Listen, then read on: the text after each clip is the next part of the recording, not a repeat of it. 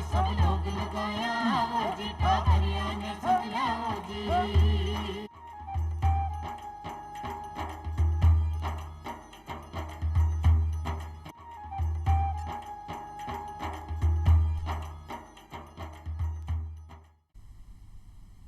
चौपाल देखने वाला सबला दर्शका ने राम राम सा। 5 साल में 7 बार टीका ना छूटे एक भी बार। जी हाँ, टीकाकरण अपने जीवन के लिए कितना आवश्यक है आप सब जान चुके हैं कि छोटी से बड़ी बीमारी भी अगर आपने है तो बी का टीका आज उपलब्ध है और टीका आपने सुनिश्चित करे हैं कि आप आ बीमारी से बच सके। इलिए अपना होता टाबर ने टीकाकरण की आवश्यकता पड़े और साथ ही साथ गर्भवती महिला ने भी कुछ टीका लगे हैं जो भी के गर्भ में रहता बच्चा ने अपना बहुत सारी बीमारी से या जन्मजात विकृति होबा से भी बचावे है। इलिए ही टीकाकरण आवश्यक है। अब थे मारो इशारो तो समझ ही गया होगा कि आज की चौपाल में आप चर्चा कर रहा है टीकाकरण का राष्ट्रीय अभियान यानी मिशन इंद्रधनुष का बारे में। जी हाँ, और चर्चा करवा के लिए मैं आमंत्रित किया है डॉक्टर रघुराज सिंह जी ने जो कि परियोजना निदेशक हैं टीकाकरण स्वास्थ्य विभाग राजस्थान में आए। डॉक्टर साहब था को बहुत बहुत स्वागत है अपना चौपाल कार्यक्रम में। जी हाँ कि आज की चर्चा में राखी है मिशन इंद्रधनुष काई है इका बारा में और टीकाकरण पर अपनी सरकार को खासो जोर है कि हर टाबर ने या हर 5 साल तक का शिशु ने गर्भवती महिला ने सब ने टीका लगना चाहिए। तो आपसे पहला सवाल आकर रहा कि जो मिशन इंद्रधनुष की आज आप चर्चा कर रहे हैं वो काई है और इसकी शुरुआत कब से हुई? भारत सरकार के निर्देशानुसार मिशन इंद्रधनुष एक नियमित टीकाकरण का ही प्रोग्राम है जिसमें हम उन गर्भवती महिलाओं को या उन बच्चों को टीकाकृत करते हैं जो कि किसी कारणवश समय पर अपना टीका नहीं लगवा पाए या किसी भी तरह से वो छूटे हुए हैं। इस कार्यक्रम के अंदर हमारे जो कार्यकर्ता हैं घर घर जाकर के मालूम करते हैं कि कौन से घर में कौन सा बच्चा छूटा हुआ है और उसकी पूरी लाइन लिस्ट बनाते हैं। उसके बाद में एक निश्चित दिवस पर आकर के उनको टीकाकृत करते हैं। तो मिशन के रूप में हम इस कार्यक्रम को करते हैं, यानी कि एक विशेष रूप से ये अभियान चलाया जाता है और इसमें हम सारे टीकों को कवर करते हैं। इसलिए इसका नाम मिशन इंद्रधनुष रखा गया है और ये भारत सरकार के निर्देशानुसार 2012-13 से लगातार चल रहा है। थोड़ा सा नाम में परिवर्तन कर दिया जाता है, कभी इसको मिशन इंद्रधनुष बोलते हैं, कभी इसको सघन मिशन इंद्रधनुष बोलते हैं। जी, तो और इको उद्देश्य फिर आई है कि जो भी टावर अपना टीकाकरण से वंचित रह गया है बिको टीको सुनिश्चित हो जाए, बिना टीको आवश्यक रूप से लगना चाहिए। तो जो इंद्रधनुष की बात करिए तो इंद्रधनुष नाम क्यों रखियोगे? इंद्रधनुष नाम इसलिए रखा गया कि इसमें एक तो गर्भवती जो हमारी माताएं हैं वो टीकाकरण नहीं करवा पाएँ किसी भी कारण से, तो उनको टीकाकृत करना है। दूसरा, हमारे जो बच्चे छूटे हुए हैं या फिर ऐसे जो परिवार होते हैं जो उसके एक दूसरी जगह पर घूमते रहते हैं या खाना बदोश होते हैं या जो ईंट भट्टों पे कार्य करते हैं या मजदूरी करने के लिए किसी दूसरी जगह पे जाते हैं, उस क्षेत्र में भी हम उनको ढूंढ करके उनको भी हम टीकाकृत करते हैं। तो इसलिए इसका नाम मिशन इंद्रधनुष रखा गया है कि हम सबको कवर कर रहे हैं इसमें। जैसे इंद्रधनुष में हमारे 7 कलर होते हैं, इसी तरह से इसमें हम सभी टीके लगाते हैं। जी, तभी आपने जो एक लाइन भी आया है कि 5 साल में 7 बार टीको न छूटे एक भी बार, तो मतलब 60 टीका आप ई के अंदर कवर कर रहे हैं कि हर व्यक्ति ने यानी हर टाबर ने 7 प्रकार का टीका तो आवश्यक रूप से लग ही जाना चाहिए। नहीं, 60 टीके नहीं होते हैं, कुल हमारे 10 तरह के जो वैक्सीन होते हैं 10 तरह के हम लगाते हैं और 11 बीमारियों से उनका बचाव बच्चे का। तो जी हाँ कि अब बीमारी की बात आ ही गई है, तो ऐसी कौन कौन सी बीमारियां हैं जिसे इको बचाव हुए हैं, इन टीकाकरण लगावा से बीमारियां से बचाव हुए? सबसे बढ़िया उदाहरण अगर मैं देना चाहूँगा तो जैसा कि आपने देखा होगा कि 78 से पहले चेचक के बहुत केस होते थे, तो वो एक हम उसको चेचक उन्मूलन कर चुके हैं। दूसरा उदाहरण है पोलियो का। पोलियो के केस आजकल बिल्कुल नहीं आते और काफ़ी समय से भारत को पोलियो मुक्त घोषित किया हुआ है जी। तो ये सबसे अच्छे उदाहरण है। इसके अलावा हम BCG का टीका लगता है जो कि हमारा TB की बीमारी से बचाता है। हेपेटाइटिस का टीका लगता है जो कि हेपेटाइटिस नाम की जो पीलिया होता है उससे उसको बचाता है। उसके बाद में जो हमारे टीके लगते हैं, रोटा वायरस का टीका लगता है, वो बच्चों को दस्त से बचाता है। PCV का टीका लगता है जो कि निमोनिया से बचाता है। इसके अलावा पेंटावेलेंट टीका लगता है जो कि हमारे 5 बीमारियां हैं उनसे वो उनकी रक्षा करता है। जब बच्चा 9 माह का हो जाता है उस समय हम मीजल्स और रूबेला का टीका लगाते हैं जो कि वो मीजल्स और रूबेला नाम की बीमारी से बचाता है। जी, तो मतलब ऐसी बहुत सारी बीमारियां हैं जिया कि आप बोलते हैं, जिया कि अभी डॉक्टर साहब ने बताया हो कि डिफ्थीरिया की बीमारी है, बलगम की परेशानी है, टिटनस है, पोलियो है, तपेदिक है, खसरा है, हेपेटाइटिस बी है। आ सारी बीमारियां ने आ टीकाकरण कवर करे और इन सब बीमारियों से बचवा का टीका लगाया जावे है। और डॉक्टर साहब ने अभी आपने टीका का नाम भी बताया कि बीसीजी को टीको भी लगे हैं, ओपीवी भी लगे हैं, पेंटावेलेंट भी लगे हैं, रोटा वैक्सीन भी लगे हैं, आईवीवी मीजल्स भी लगे हैं, विटामिन ए को टीको भी लगे हैं, डीपीटी बूस्टर डोज भी लगे हैं और बूस्टर ओपीवी भी लगे हैं। तो डॉक्टर साहब यह बूस्टर डोज कहीं होवे है, इसे क्या को बचाव होवे है? किसी भी वैक्सीन को अगर शरीर में इंजेक्ट किया जाता है तो उसकी एक निश्चित मात्रा होती है जो कि निश्चित अंतराल पर हम उसको लगाते हैं। उसके बाद में उसकी बच्चे के अंदर इम्यूनिटी यानी कि बीमारी से बचाव की क्षमता विकसित होती है शरीर के अंदर। उस क्षमता को बनाए रखने के लिए जो अलग से डोज दी जाती है उसको हम बूस्टर डोज बोलते हैं। कि मतलब एक बार टीकाकरण आपने शरीर में हो गया है तो उसके बाद थोड़े समय अंतराल के बाद वो थोड़ा निष्क्रिय भी हो सके है या शिथिल भी पड़ सके। बिल्कुल। इले भी ने जगावा के लिए आप दोबारा बूस्टर डोज लगाए हैं कि वो जो भी आपने शरीर के अंदर है वो दोबारा से सक्रिय हो जाए और जो बीमारी है बी से लड़बा के लिए रोग प्रतिरोधक क्षमता अपना शरीर में बना दे। बिल्कुल, इसी को हम बूस्टर डोज बोलते हैं। ई नहीं आप बूस्टर डोज बोला। हाँ, तो आ भी लगवानी जरूरी है।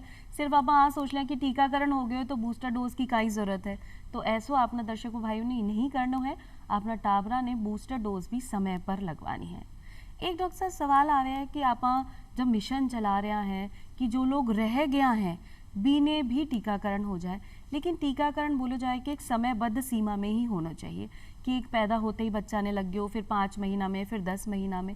तो कहीं अगर कोई व्यक्ति को टीकाकरण छूट गयो है बी के बाद में भी टीकाकरण हो सके है? बिल्कुल, ऐसा कोई बच्चा मान लीजिए किसी के 1.5 महीने पर टीका लगना है, उसके बाद उसको 2.5 महीने पर टीका लगता है। अगर 2.5 महीने की जगह अगर उसके 3 महीने भी हो जाएंगे, 3.5 महीने भी हो जाएंगे या और अधिक टाइम हो जाएगा तब भी वो अपना टीका लगवा सकता है। ऐसा नहीं है कि निश्चित अंतराल पर जो टीका लगना था, हालांकि उस समय अगर टीका लगता है तो बच्चे के लिए बहुत बेनिफिट रहेगा और बचाव अच्छा होगा। लेकिन अगर वो छूट जाता है किसी भी कारण से, मान लीजिए बच्चे की तबीयत खराब है या माँ बाप उस समय कहीं बाहर गए हुए हैं, तो वो दूसरी जगह पर भी अपना टीका लगवा सकते हैं और उस टीके को कभी भी लगवाया जा सकता है। लेकिन जो फायदो भी समय में टीको करना हो बितनो फायदो नहीं करेगा शायद। नहीं, फायदा तो होगा, लेकिन जो फायदा हमारे को पहले से स्टार्ट हो जाता बच्चे के शरीर में, जी जी, उसमें थोड़ा सा अंतराल होगा, अंतराल आ जाएगा और समय भी एक बार बन जाएगा। तो फिर आप ऐसा नहीं सोचा कि भाई आज नहीं लगेगा तो आप फिर 1 महीना बाद लगवा लेगा, तो ऐसी लापरवाही भी नहीं करनी है। लेकिन हाँ, अगर आपने पास समय सीमा नहीं है या आपने पास कोई कारण आ गया है या आप बाहर जा रहे हैं तो फिर भी आप बाद में टीको लगवा सका। लेकिन कोशिश आपने आई रहनी चाहिए जो समय आपने दियो गयो है बी पर ही आप टीकाकरण करवा लिया। टीकाकरण की शुरुआत हो जावे एक गर्भवती महिला का गर्भ में रहता बच्चा से, तो गर्भ धारण के समय भी महिलाओं ने कौन कौन सा टीका लगे हैं और कौन कौन सा समय में लगे हैं? जैसे ही किसी महिला का पता पड़ता है कि उसने गर्भ धारण कर लिया है तो जितनी जल्दी हो सके उसको एक टीडी का वैक्सीन लगता है जो कि टिटनस और डिफ्थीरिया नाम की बीमारी से बचाता है। तो जितनी जल्दी हो उसको लगवा लेना चाहिए। और इस टीके लगवाने का ये फ़ायदा हुआ है कि आज हमारे को टिटनस के बहुत कम केस देखने को मिलते हैं, खास करके बच्चों में। इसी तरह से डिफ्थीरिया है उससे भी बचाव होता है बच्चे का, तो ये टीका लगवा लेना चाहिए। महिला अगर पहली बार गर्भवती हो रही है तो एक टीका लग जाएगा उसको, उसके बाद में 28 दिन बाद उसको टीडी का दूसरा टीका लगेगा। और यदि कोई महिला 3 साल के अंदर दोबारा गर्भवती हो रही है तो सिर्फ उसको एक टीडी का टीका लगता है जिसको कि हम बूस्टर डोज बोलते हैं जी। तो ये टीके हमारे लगते हैं और बच्चे का बचाव भी जब माँ के गर्भ में होता है तभी से इन बीमारी से शुरू हो जाता है। तो भाई शुरुआती दौर में ही आप ध्यान रख लें कि आपने टावर ने कोई परेशानी नहीं हो और साथ ही साथ महिला ने भी कोई परेशानी नहीं हो, तो टीकाकरण समय पर होना ही चाहिए। जी, सरकार ने भी पर बहुत खासो जोर दे रहा क्योंकि हर महीना में गर्भवती महिलाओं की जांच भी मुफ्त हुए। तो ये जो टीकाकरण अभियान चल रहे हैं कहीं आज सब टीका भी मुफ्त ही मिले हैं? भारत सरकार और राजस्थान सरकार की तरफ से जो प्रोग्राम है उसके अंतर्गत गर्भवती महिलाओं को, बच्चों को सभी टीके मुफ्त में लगाए जाते हैं और हमारे सभी सरकारी संस्थानों पर, चाहे वो मेडिकल कॉलेज का हॉस्पिटल हो या सब सेंटर हो या आंगनबाड़ी केंद्र हो, वहाँ तक के ये सभी मुफ्त में लगाए जाते हैं और इसका कहीं कोई चार्जेस नहीं लिया जाता। जी जी हाँ, कि अगर आप राजस्थान प्रदेश की अपना बात करा तो बहुत सारा जिला है और बहुत प्रदेश अपना धरातल के स्तर पर आप बोलो तो बहुत बड़ी जगह है। तो ऐसा बहुत सारा लोग हैं जठे आपने स्वास्थ्य सुविधाएं उपलब्ध नहीं है जिनके पास, तो उनके लिए कहीं आमिशन में एक अलग से विशेष सुविधा दी गई है कि बठे जार भी टीकाकरण हो सके है। हमारा जब टीकाकरण का जो प्रोग्राम चलता है तो उसमें हम उन क्षेत्रों को भी शामिल करते हैं जहाँ पर की पहुँच नहीं होती है, यानी कि रोड नहीं है, कोई पहाड़ी पे रह रहा है या कोई ईंट भट्टों पे काम कर रहा है या कोई कच्ची बस्ती डेवलप हो गई कहीं पर भी, जैसे लेबर काम कर रही है, कोई कंस्ट्रक्शन साइट है, तो वहाँ पर उनको भी हम उसमें शामिल करते हैं और वहाँ तक हमारी पहुँच होती है, हमारा कार्यकर्ता वहाँ जाता है और वहाँ पर उनको टीकाकृत करता है। तो हम कोशिश करते हैं कि हर बच्चे तक, हर गर्भवती महिला तक हमारे टीके पहुँचें और सभी टीकाकृत हों जिससे कि वो स्वस्थ रह सकें। और ये जो अभियान चलते हैं, मिशन इंद्रधनुष जो अभियान है, खास करके हम उस एरिया के वो भी इसमें शामिल करते हैं जहाँ पर कि उन टीकों की पहुँच नहीं हो पाई है अभी तक भी किसी भी कारण से। जी, तो राज्यों का चयन और स्थलों का चयन इस हिसाब से ही हुए कि जठे लोगों ने अभी तक टीकाकरण नहीं हुए है, शुरुआत में ही टीकाकरण की आवश्यकता है, ऐसा स्थानों को चयन भी हुए है और ऐसी जातियों को भी जो खाना बदोश है, ईंट भट्टा में काम कर रही हैं, जैसे कि अभी डॉक्टर साहब ने बताया, या आदिवासी लोग हैं या घुमंतु प्रणाली वाला लोग हैं जो सिर्फ अपना काम के लिए एक जगह से दूसरी जगह का घूमता रहे, स्थिति में स्थिर नहीं है, बी ने भी टीकाकरण को फायदो मिलना चाहिए। तो खास ध्यान रखियो जावे मिशन इंद्रधनुष में कि हर बच्चा ने टीकाकरण की जानकारी भी मिले और बी ने टीकाकरण को लाभ भी मिले। तो सब अब वहाँ अपा बच्चा की तरफ, तो शुरुआती दौर में एक टावर ने कब टीको लगे हैं, कौन सी उम्र में लगे हैं और काई को टीको लगे हैं? जैसा कि मैंने पहले बताया कि बच्चा जब माँ के गर्भ में होता है तो उस समय जो टीका लगता है उससे भी बच्चे का बचाव होता है, तो पहला टीका तो हम उसी को कह सकते हैं। उसके बाद जैसे ही बच्चा जन्म लेता है, हॉस्पिटल के अंदर होता है, तो हम उसको 3 तरह के टीके लगवाते हैं। उसमें BCG का टीका होता है, हेपेटाइटिस B का टीका होता है और पोलियो की दवा हम उसको पिलाते हैं। उसके बाद में हम उसको डिस्चार्ज कर देते हैं। फिर बच्चे को 1.5 महीने पर हम टीके लगाते हैं। उसमें पेंटावेलेंट होता है जिसको 5 तरह की बीमारी से बच्चे की रक्षा करता है। रोटा वायरस लगाते हैं जो कि दस्तों से रक्षा करता है उसकी। इसके अलावा PCV का टीका लगाते हैं जो कि निमोनिया से रक्षा करता है, और IPV का टीका लगाते हैं जो कि एक पोलियो का ही टीका है और पोलियो से ही बच्चे का बचाव करता है। उसके बाद 2.5 महीने पर हम टीका लगाते हैं, फिर 3.5 महीने पर लगाते हैं, फिर बच्चा जब 9 महीने से 11 महीने का हो जाता है तब हम उसको MR का टीका लगाते हैं। और इसके अलावा हमारा PCV का टीका लगता है और IPV का जो 3rd डोज होती है वो लगती है। तो ये हमारे 1 साल तक के बच्चे का होता है, इसको हम पूर्ण टीकाकरण बच्चा बोलते हैं। फिर जब बच्चा हमारा 1.5 साल से लेकर के 2 साल का हो जाता है उस समय हम उसको फिर टीके लगाते हैं। उसके बाद हम 5 साल पे टीके लगाते हैं। फिर बच्चा जब 10 साल का होता है तो हम उसको TD वैक्सीन लगाते हैं। बच्चा जब 16 साल का हो जाता है तो हम उसको TD वैक्सीन लगाते हैं। तो ये हमारा पूरा शेड्यूल है बच्चे की उम्र के अनुसार है। जी हाँ। तो जी कि एक तरह से कहा जा सके कि 1 साल के अंतर्गत जो भी टीका लगाया जाए अपन पूर्ण टीकाकरण भी ने समझ सका, फिर 1.5 साल में, फिर 5 साल में, 10 साल में, 16 साल में ऐसे टीकाकरण चलते रहे। लेकिन जो टीकाकरण को रिकॉर्ड है वो क्या समझो जा सके है कि अगर एक माता है वो जानना चाहे कि मेरा टाबर ने कब टीको लगनो है, बी के लिए मेरे को पहले से जानकारी हो जाए तो मैं समय निकाल रखूं, तो ऐसा भी कोई रिकॉर्ड है या कोई तरीको है कि एक परिवार ने या डॉक्टर ने भी पता चल जाए कि हाँ इतना समय पहले टीको लगे और अब लगवा की जरूरत है? गर्भवती महिला को हम शुरू में जब टीके लगाते हैं तो एक ममता कार्ड दिया जाता है जिसमें उस महिला की पूरी जांच होती है, जैसे खून की जांच होती है, पेशाब की जांच होती है, और दूसरा जो टीके लगाता है उसका उसमें एंट्री होती है, और इसके अलावा और भी कई जांचें होती हैं जो कि उसमें पूरी एंट्री होती है, तो उसमें पूरा रिकॉर्ड रखा जाता है। इसके अलावा हमारे जो कार्यकर्ता होता है उनके पास में एक रजिस्टर होता है, उस रजिस्टर में उसकी पूरी डिटेल वो रखते हैं। तो उस कार्ड को लेकर के जब डिलीवरी हो जाती है तो उसमें डिलीवरी का भी रिकॉर्ड रहता है। उसके बाद में बच्चे के जो टीके लगते हैं उस टीके का भी रिकॉर्ड उस कार्ड के अंदर रहता है। तो ये तो हमारा तरीका था रिकॉर्ड रखने का, जो कि एक कार्ड के रूप में या रजिस्टर के रूप में रखा जाता था। अभी एक भारत सरकार ने ऐप डेवलप किया है जिसको हम यूविन ऐप बोलते हैं। कोविन ऐप, जैसे आपने सुना होगा कि कोविड का जो वैक्सीनेशन हुआ था कोविन ऐप के द्वारा हुआ था, उसमें सभी के जो टीके लगे थे उसका रिकॉर्ड रखा गया था। तो हमारे जो बच्चों के टीके लगेंगे, गर्भवती महिलाओं के टीके लगेंगे, सरकारी हॉस्पिटल्स के अलावा हमारे जो भी प्राइवेट डिलीवरी पॉइंट्स होंगे जहाँ पर बच्चों का जन्म होता है वहाँ पर भी उस ऐप को काम में लिया जाएगा और वो इलेक्ट्रॉनिक रिकॉर्ड रखा जाएगा। इसका जो सॉफ्टवेयर है उसका नाम यूविन है। तो उसमें वो रिकॉर्ड रखा जाएगा। उसके पश्चात अगर मैं राजस्थान से जाकर के दिल्ली में रहने लग गया, मेरे बच्चे को वहाँ ले गया, तो वहाँ पर मेरे को कोई रिकॉर्ड ले जाने की आवश्यकता नहीं होगी। मैं वहाँ पर किसी भी टीकाकरण केंद्र पर जाऊँगा, उस जगह पर मैं अपना मोबाइल नंबर या आधार नंबर उनको बताऊँगा, उससे वो सारा का सारा रिकॉर्ड उनके सामने होगा, यानी कि वो उस रिकॉर्ड को देखकर ही उस बच्चे को टीकाकृत कर देंगे। वो ये आपसे नहीं पूछेंगे कि आपके बच्चे के कौन कौन से टीके लगे हैं, उसके नाम बताइए या कोई मेरे को पेपर दिखाइए। तो ये अभी इसमें चेंजेस हो रहा है और ये हमारा अगस्त में जो मिशन इंद्रधनुष प्रोग्राम चलेगा उससे इसकी शुरुआत हो जाएगी। जी, बहुत ही सही नवाचार हुए हैं कि लोगों की सुविधा मिल रही है कि हाँ। बिना एक तो टीकाकरण याद रखवा की जरूरत नहीं है, और अगर आप अपना काम के लिए कहीं और बाहर भी जा रहा हो तो आपने पता है कि भाई आपने समय पता है, आप जाओ अपना मोबाइल नंबर या आधार कार्ड के जरिए रजिस्ट्रेशन कराओ, तो भी में पूरी जानकारी आ जाए कि आपके टाबर ने कौन सो टीको अब लगनो चाहिए, तो डॉक्टर साहब वो हिसाब से भी टीकाकरण कर सकें। अब बहुत ही चौखी सुविधा शुरुआत हो रही है, जैसा कि आपने बताया कि कोविड में भी ऐसा ही हुआ है। डॉक्टर साहब, इमें आपनी जो आंगनबाड़ी कार्यकर्ता हैं, आशा सहयोगिनी है, उनकी क्या खासी भूमिका है? जो टीकाकरण का जो प्रोग्राम चलता है और हमारी जो आंगनबाड़ी कार्यकर्ता होती है या आंगनबाड़ी होती है, एक विलेज लेवल पर होती है, गांव में तो होती है, शहरों के अंदर भी आंगनबाड़ी सेंटर्स होते हैं। वहाँ पर जो कार्यकर्ता होता है उनको ये मालूम रहता है कि कहाँ पर हमारी गर्भवती महिलाएं हैं, कहाँ पर हमारे बच्चे हैं, एक पूरा सर्वे का रिकॉर्ड उनके पास रहता है।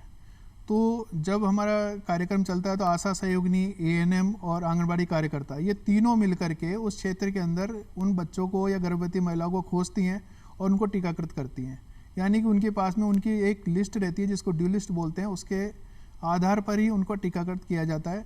तो इनकी मतलब देखा जाए तो बैकबोन हमारी यही है कि इनके आधार पर ही हम बच्चों को टीका करवा पाते हैं। जी, तो जब ये सर्वे करे हैं तो ये चिन्हित करे हैं कि कौन सो बच्चों टीकाकरण के लिए वंचित रह गयो है, और उसके आधार पर ही जो मिशन इंद्रधनुष है वो काम कर रहे हैं, क्योंकि उद्देश्य आई है जो बच्चा टीकाकरण से वंचित रह गया है उन्हें समय सीमा से पहले ही टीकाकरण लग जाए, जिससे वे भी बहुत सारी बीमारियां से बच सकें। डॉक्टर साहब, मॉनिटरिंग किया होवे है, आपने जो कार्यक्रम है वो अलग अलग स्तर पर चल रहे हुए, तो मॉनिटरिंग की स्तर पर होवे और किया होवे है? अभी जैसे मिशन इंद्रधनुष जो कार्यक्रम चलेगा उसकी मॉनिटरिंग जो हो रही है राज्य स्तर से और भारत सरकार के स्तर से हो रही है, और वहाँ से कुछ मॉनिटर्स होते हैं जो कि स्टेट में आते हैं, वो स्टेट की तैयारी देखते हैं। दूसरा, हमारे यहाँ से ये आदेश नीचे गए हैं कि जैसे आपने देखा होगा, और मैं दर्शकों से भी अपील करना चाहूँगा कि जो भी हमारा कार्यकर्ता आपसे घर घर जाकर के संपर्क कर रहा है उसको अपने बच्चे के बारे में डिटेल्स वो पूछ रहा है आपसे, उसके बारे में बताएं। कोई गर्भवती महिला है तो उसके बारे में डिटेल बताएं, तो उस डिटेल्स के आधार पर वो आपका रिकॉर्ड तैयार करेंगे और आपके बच्चे को या गर्भवती महिला को टीकाकृत करेंगे। और हमारे जिला स्तर पे, ब्लॉक स्तर पर जो ऑफिसर्स बैठे हैं वो जाकर के उसको विजिट करते हैं, घर घर जाकर के उसको वेरीफाइड करते हैं कि जो आपने सर्वे किया है वो अच्छी तरह से हो रहा है कि नहीं हो रहा है। नहीं हो रहा है, और सही जानकारी भी देनी बहुत ज़्यादा ज़रूरी है, क्योंकि जो सर्वे करने के लिए महिलाएं आपके पास आ रही है उन्हें सही बताएं कि आपनो टाबर इतना साल को है या इतना महीना को है और इतना टीकाकरण बीका हो गया है या कुछ छूट गया है, इनमें छुपावा वाली कोई बात नहीं है। डॉक्टर साहब, जब टीकाकरण की बात आवे है तो एक बात हमेशा देखने में मिले कि जैसे ही टाबर के टीकाकरण हुए तो कुछ बच्चा के तो बुखार हो जावे, कुछ के कई बार उल्टी दस्त हो जावे या बहुत ज़्यादा दर्द हुए और कोई ने कोई परेशानी ही नहीं होवे। तो ऐसे में मातावां बहना ने लगे कि भाई यार टीकाकरण से अगर टाबर ने परेशानी हो रही है तो आप टीको लगवावा ही नहीं, तो काई आप बुखार आनो सही है या गलत है? देखिए, कुछ टीके होते हैं उनके लगवाने के बाद में कुछ बुखार की शिकायत होती है, तो मेरा ये कहना है कि जो वो टीके लग रहे हैं उसके जो फ़ायदे हैं वो बहुत ज़्यादा हैं। तो थोड़ा हल्का सा बुखार या सूजन या वहाँ पर ललाई आ जाती है, रेडनेस हो जाती है, उससे घबराएं नहीं। और जो एएनएम बहन जी हैं वो आपको पैरासीटामोल का सिरप देते हैं छोटे बच्चों के लिए या टैबलेट देते हैं, वो बच्चे को दें और बच्चे 2-3 दिन में ठीक हो जाते हैं। ऐसा नहीं है कि टीका लगाने के बाद में वो काफ़ी दिन तक वो बीमारी रहेगी या बच्चा परेशान रहेगा, सिर्फ 1-2 दिन की बात होती है। कुछ बच्चे ज़्यादा रोते हैं तो वो भी माँ बाप घबरा जाते हैं कि हमारे टीका लगने के बाद में बच्चे को क्या हो गया, तो ऐसे घबराने की कोई बात नहीं है, बच्चा 2-1 दिन में अपने आप ठीक हो जाता है। और टीका अवश्य लगवाएं, इस वजह से टीके को नहीं रोकें कि मेरे बच्चे को बुखार आ जाएगा या बच्चा परेशान होगा।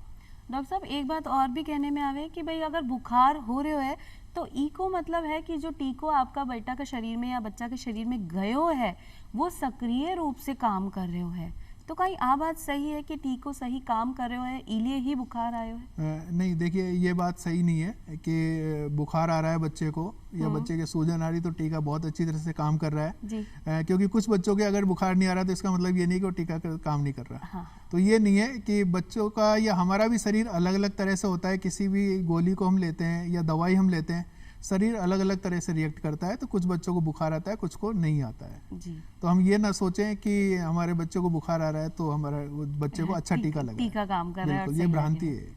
और डॉक्टर साहब एक बात की जैसे बहुत सारा आपा मोहल्ला में रहा, हाँ समाज में रहा, तो कई टाबरा का तो टीकाकरण हो चुक्यो है ना, और कईया को नहीं हुयो है। तो कहीं ऐसो भी हो सके है कि जिन टाबरा का टीकाकरण नहीं हुआ है बी से कोई बीमारी आपना टाबर में भी आ सके है जिन्हें टीकाकरण हो चुके है, कहीं ऐसा भी कोई चांस रहे? अगर किसी बच्चे को कोई बीमारी होती है तो बीमारी फैलने के अलग अलग तरीके होते हैं जी। तो वो बीमारी उसको किस तरह की है, जैसे मान लीजिए किसी को खांसी हो रही है, अब बच्चे को टीबी हो रही है तो बच्चा खांसेगा तो दूसरे बच्चे को भी होगी। तो हर बीमारी दूसरे बच्चे को हो जाए ये कोई ज़रूरी नहीं है, और अलग अलग बीमारियों का फैलने का अलग अलग तरीका होता है। तो इलिए ही टीकाकरण तो सुनिश्चित तरीके से होना ही चाहिए कि जो टाबर में अभी तक टीकाकरण नहीं हुए है वो मिशन इंद्रधनुष के जरिए आपनो टीकाकरण सुनिश्चित करवा ले, क्योंकि समय रहते ही अगर आप उपचार कर लिया या बचाव कर लिया तो ही भी में बेहतरी है, क्योंकि ऐसी बहुत सारी बीमारी है जो सिर्फ टीकाकरण करवाबा से ही भी से आपा बच सका, नहीं तो आपने टाबर ने आगे चलकर भी बहुत सारी परेशानी हो सके हैं। जी हाँ, कि मिशन इंद्रधनुष की जब आप बात कर रहे हैं तो बहुत सारा चरणा में आ कार्यक्रम या मिशन चल रहा है, तो ई का कितना चरण चल रहा है और इस समय कौन सा चरण लागू हो रखे है? अभी जो चरण जो चलेगा वो सघन मिशन इंद्रधनुष 5.0 के नाम से चलेगा जी। यानी कि हम कह सकते हैं कि सघन मिशन इंद्रधनुष का ये 5वां चरण चल रहा है। हाँ, ये हमारे 3 महीनों तक चलेगा। इसका प्रथम फेज है वो हमारा 7 से 12 अगस्त के बीच में होगा, दूसरा होगा 11 से 16 सितंबर के बीच में, और इसके बाद में जो होगा वो 9 से 14 अक्टूबर के में होगा। 6 दिन का ये कार्यक्रम होगा, और 6 दिन हम जो हमारे 0 से 5 साल तक के बच्चे छूटे हुए हैं उनको ढूंढ करके उनको टीकाकृत करेंगे। इसके अलावा अगर और किसी भी एज ग्रुप के बच्चे मिलते हैं हम उनको भी टीकाकृत करेंगे, और जो गर्भवती महिलाएं हैं उनको हम टीकाकृत करेंगे जी। तो ये में मतलब सभी को ध्यान रखे जाएगा, गर्भवती महिला को भी ध्यान रखे जाएगा, और जो बच्चा अभी पैदा ही हुआ है जिन्हें पहली बार टीकाकरण होना है उनकी खासी देखभाल है, और साथ ही साथ जो बच्चा छूट गया है टीकाकरण से बी ने भी चिन्हित करके बी को भी टीकाकरण होगा। तो आप भी सुनिश्चित करें कि आपको टीकाकरण भी समय पर हो जाए। डॉक्टर साहब, जहाँ टीकाकरण की बात है होना बहुत ज़्यादा ज़रूरी है, ये अपना स्वास्थ्य लाभ के लिए ही ज़रूरी है, और समय समय पर जब सरकार की तरफ से प्रयास है तो आपने पीछे नहीं रहना चाहिए। तो ऐसे में जब टीकाकरण अपनी बहुत सारी बीमारियों से बचा रहे हो तो आपने प्रदेश की काई स्थिति है कि आ मिशन चलबा से पहले काई स्थिति है, और आ मिशन जब अब पांचवा चरण में पहुंच गए हैं अब वर्तमान में प्रदेश की काई स्थिति है? देखिए, इसको मैं इस तरह से बताना चाहूँगा कि हमारा जो नेशनल सर्वे होता है NFHS, तो 4th जो सर्वे हुआ था हमारा 2019 से 20 के बीच में, उसमें जो हमारा टीकाकरण की स्थिति थी वो थी हमारी 54% के करीब जी। आज की तारीख में जो हमारा सर्वे हुआ है अभी NFHS 5 हुआ है उसमें हमारी टीकाकरण की स्थिति है 85%, और पिछले साल का अगर हम रिकॉर्ड देखें पिछले जो वित्तीय वर्ष में अभी हमारा जो टीकाकृत हुआ है उसमें भी 85.2% के करीब हमने अचीव किया है। तो काफ़ी अच्छी हमारी प्रोग्रेस है, और हम प्रयास कर रहे हैं कि हमारा हर बच्चा, हर गर्भवती महिलाएं टीकाकृत हो, यानी कि हम अगर कोशिश कर रहे हैं कि हमारा 100% के करीब हमारा अचीवमेंट हो। तो हम कोशिश करते हैं कितना अच्छा हमारा टीकाकृत होता है ताकि हम गर्भवती महिलाओं को और बच्चों को बचा सकें। बहुत ही चौकी बात है कि सरकार की तरफ से प्रयास हो रहे हैं, और जो स्वास्थ्य विभाग है वो भी पूरी तरह से जुटे हुए हैं आंगनवाड़ी कार्यकर्ताओं के साथ कि हर टाबर ने टीकाकरण हो जावे और वो भी ने स्वास्थ्य लाभ मिले और बहुत सारी बीमारियां से बच जावे। और आपने शुभकामनाएं देना चाहा कि जो मिशन चल रहा है वो इतनी चौकी तरीके से चल रहा है कि प्रतिशत में हर साल इजाफो ही हो रहा है। धन्यवाद पूजा जी। और आप चौपाल में आज पधारा और इतनी चोखी जानकारी मिशन इंद्रधनुष के बारे में आपने दी, और साथ ही साथ आपने दर्शकों ने बताया कि भाई टीकाकरण कितना ज़रूरी है और हर बच्चा ने या हर गर्भवती महिला ने टीकाकरण से ही शुरुआत करनी चाहिए, जिससे भी को स्वास्थ्य बने रहे। धन्यवाद डॉक्टर साहब। और आज मैं चाला फिर मिलांगा एक नई जानकारी के साथ, तब तक के लिए राम राम सा।